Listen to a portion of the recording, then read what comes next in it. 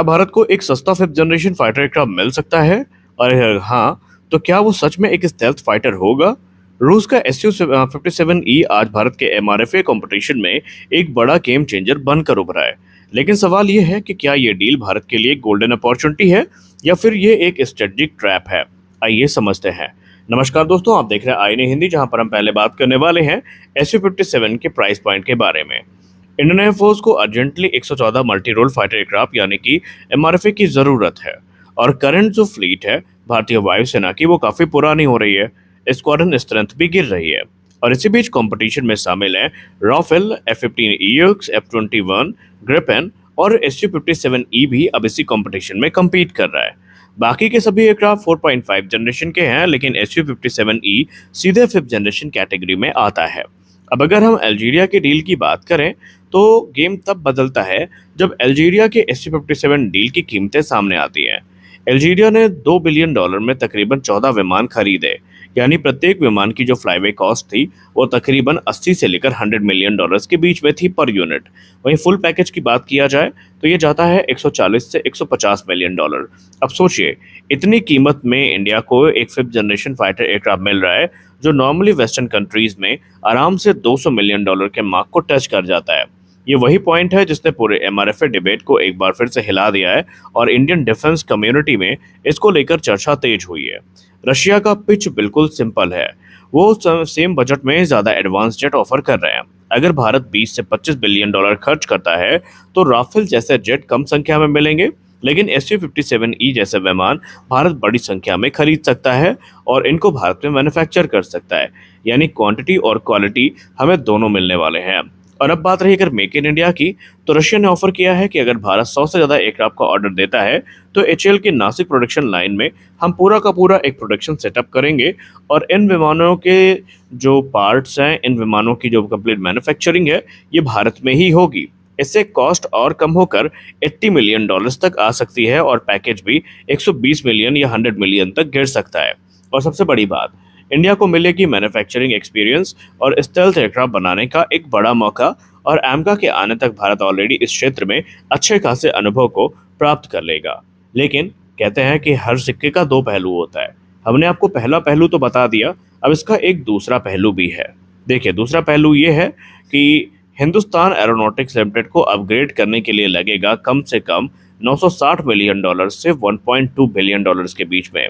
यानी शुरुआत में हमें हैवी इन्वेस्टमेंट करनी पड़ेगी और यह ज़रूरी है, लेकिन रूस इसे लॉन्ग टर्म इंडस्ट्रियल गेन के रूप में प्रस्तुत कर रहा है।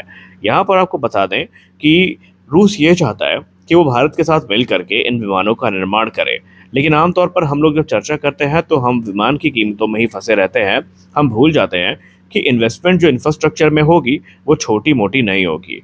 अब सबसे पावरफुल अगर हम ऑफर की बात करें तो रूस यहाँ पर भारत को कंप्लीट सोर्स कोड एक्सेस देने के लिए तैयार है। इन विमानों के कंप्लीट निर्माण की जिम्मेदारी भी वो उठाने के लिए तैयार है। इसका मतलब ये है कि भारत खुद अपने जो वेपन्स हैं वो इंटीग्रेट कर पाएगा। सॉफ्टवेयर अपग्रेड इंडिपेंडेंटली भारत कर सकता है। इसमें रूस का किसी प्रकार का कोई भी इंटरफेरेंस नहीं होगा, किसी फॉरेन डिपेंडेंसी की ज़रूरत नहीं पड़ेगी। और यही चीज़ वेस्टर्न जेट में ऑलमोस्ट इम्पॉसिबल है, खासकर अगर आप बात करें अमेरिकी F-35 लाइटनिंग 2 की। F-35 के साथ तो इतनी ज़्यादा सीमाएं हैं कि भारत उनको लेकर बहुत ज़्यादा पहले ही कॉशियस है, वरना अभी तक बातचीत कहीं ना कहीं शुरू हो चुकी होती। F-35 की रही बात तो उस पर अमेरिका का पूरा कंट्रोल रहेगा, अमेरिका की दादागिरी चलेगी। अमेरिका वहाँ पर कोशिश करेगा कि जो भारत के वेपन सिस्टम है उनको इतनी आसानी से यहाँ पर शामिल ना होने दिया जाए, लेकिन ये चीज़ हमें SU-57 के केस में देखने को नहीं मिलेगी। इंडिया इस समय जिस चीज़ को लेकर थोड़ा कॉशियस है, जिसको लेकर माना जा रहा है कि अभी रूस से बातचीत आगे नहीं बढ़ रही है, वो है इंजन। भारत चाहता है कि अगर हम आपसे एडवांस फाइटर जेट लेंगे तो फिर हम AL-41 इंजन पर ताउम्र आश्रित नहीं रह सकते। भारत ने इस DLA-30 की मांग कर ली है, या यूँ कह लें AL-51 की मांग कर ली है, जिससे बेहतर थ्रस्ट मिलेगा, बेहतर फ्यूल एफिशिएंसी मिलेगी और कम इंफ्रारेड सिग्नेचर भी वो प्रदान करेगा। लेकिन ये अपग्रेड जो है वो कॉस्ट को बढ़ा सकता है। जाहिर सी बात है कि एग्जांपल के तौर पर आप ऐसे समझिए कि मान लीजिए आप एक कार लेने जाते हैं और उस कार का जो बेस मॉडल है वो आपको मिल जाता है 5 लाख रुपए का, लेकिन अब आप चाहते हैं कि उस कार की रंगत को बढ़ाया जाए और आप उस पे अपग्रेड का फैसला करते हैं। तो हर एक्सेसरी आपको अलग से कॉस्ट करती है और आपको वो पैसे देने पड़ते हैं। तो आप इसको भी वैसे ही देख लीजिए कि भारत अगर यहाँ पर मॉडिफिकेशंस चाहता है, अपग्रेड चाहता है, तो उसमें भारत को जो एक्स्ट्रा पैसे हैं, ये पे करने पड़ सकते हैं। अब आते हैं सबसे बड़े डाउट पर। इस समय इंडियन एयरफोर्स को एक डाउट है। भारतीय वायुसेना पूरी तरीके से रूस के ऑफर के साथ कन्विंस नहीं है। उनके कंसर्न ये है कि जो स्टेल्थ लेवल है, जो रूस इसको पिच कर रहा है एज अ स्टेल्थ फाइटर, ये वेस्टर्न जेट से कम हो सकते हैं। उन्हें इस बात का कंसर्न है। इसके अलावा रेडार क्रॉस सेक्शन ज़्यादा हो सकता है और प्रोग्राम अभी फुली मैच्योर नहीं है। इंडियन एयरफोर्स शुरुआत से एक चीज़ के लिए इंसिस्ट कर रही है कि पहले हमारे पायलट्स की एक टीम को इसका फुल इंस्पेक्शन का मौका दिया जाए, ताकि हम पूरी तरीके से कह सकते हैं, हमें आश्वासन मिल सके कि जो विमान हम लेने जा रहे हैं वो हमारे लिए हितकर हो।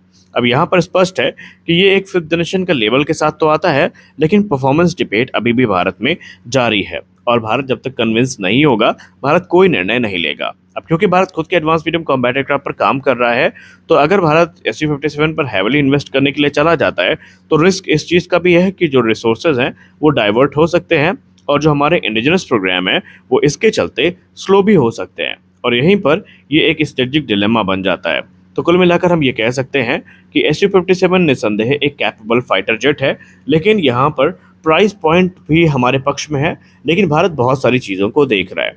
अब लोग कहेंगे, बहुत सारे लोग आपस में डिबेट में यही कहेंगे कि जब हमें इतनी कम कीमत पे ये मिल रहे हैं तो हमें लेना क्यों नहीं चाहिए। देखिए, यहाँ पर अगर देखा जाए तो रूस जो भी बोल रहा है वो तकरीबन 100 जेट्स के मार्क को एक मन में रख के बोल रहे हैं। उन्होंने कहा है जो चीज़ हम आपको ऑफर कर रहे हैं वो हम 20-25 एयरक्राफ्ट के लिए तो देंगे नहीं, और जाहिर सी बात है कोई नहीं देगा। उसके लिए वो एक बड़े नंबर को एक्सपेक्ट कर रहे हैं। दूसरी बात, इंफ्रास्ट्रक्चर की जहाँ तक बात रही, तो आप जानते ही हैं कि जब 2016 में राफेल डील साइन हुई थी, उसके बाद से कुछ मेजर डेवलपमेंट भारत में हुए हैं। आज दसाल्ट की जो MRO फैसिलिटी है वो हमें देखने को मिल रही है।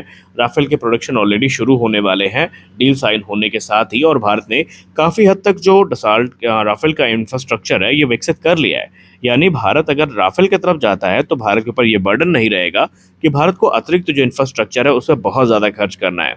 वही अगर आप SU-57 की तरफ भी जाते हैं तो कम से कम आपको 1 से $1.5 बिलियन खर्च करने पड़ जाएंगे। ये बात अलग है कि नासिक में तकरीबन 60% कॉमनैलिटी है, लेकिन हम इन 60% के चक्कर में उस 40% ज़रूरत को इग्नोर नहीं कर सकते, खासकर तब जब हम बात कर रहे हैं एक फिफ्थ जनरेशन फाइटर एयरक्राफ्ट की, जिनका निर्माण से लेकर जिनको ऑपरेट करना तक काफ़ी महंगा होता है। तो ऐसे में इसीलिए ये कारण हो सकता है कि इंडियन एयरफोर्स अभी कोई निर्णय नहीं ले रही है। हालांकि हिंदुस्तान एरोनॉटिक्स लिमिटेड ने फाइनल कोटेशन मांगा है और ये कोटेशन ही तय करेगा डील आगे बढ़ेगी या नहीं बढ़ेगी। अभी तक की करंट स्टेटस की बात करें तो रूस की तरफ से जवाब नहीं आया है। जैसे ही जवाब आता है उसके बाद से चीज़ें इवेलुएट करी जाएंगी और हो सकता है कि हमें SU-57 1 से 2 स्क्वाड्रन देखने को मिल जाएं, लेकिन 100 का जो नंबर है वो थोड़ा अनरियलिस्टिक सा लगता है। बाकी देखते हैं क्या होता है। आपको क्या लगता है, भारत को SU-57 पर इन्वेस्ट करना चाहिए या राफेल पर? आप ज़रूर बताएं। मिलते हैं अगले वीडियो में, तब तक के लिए जय हिंद।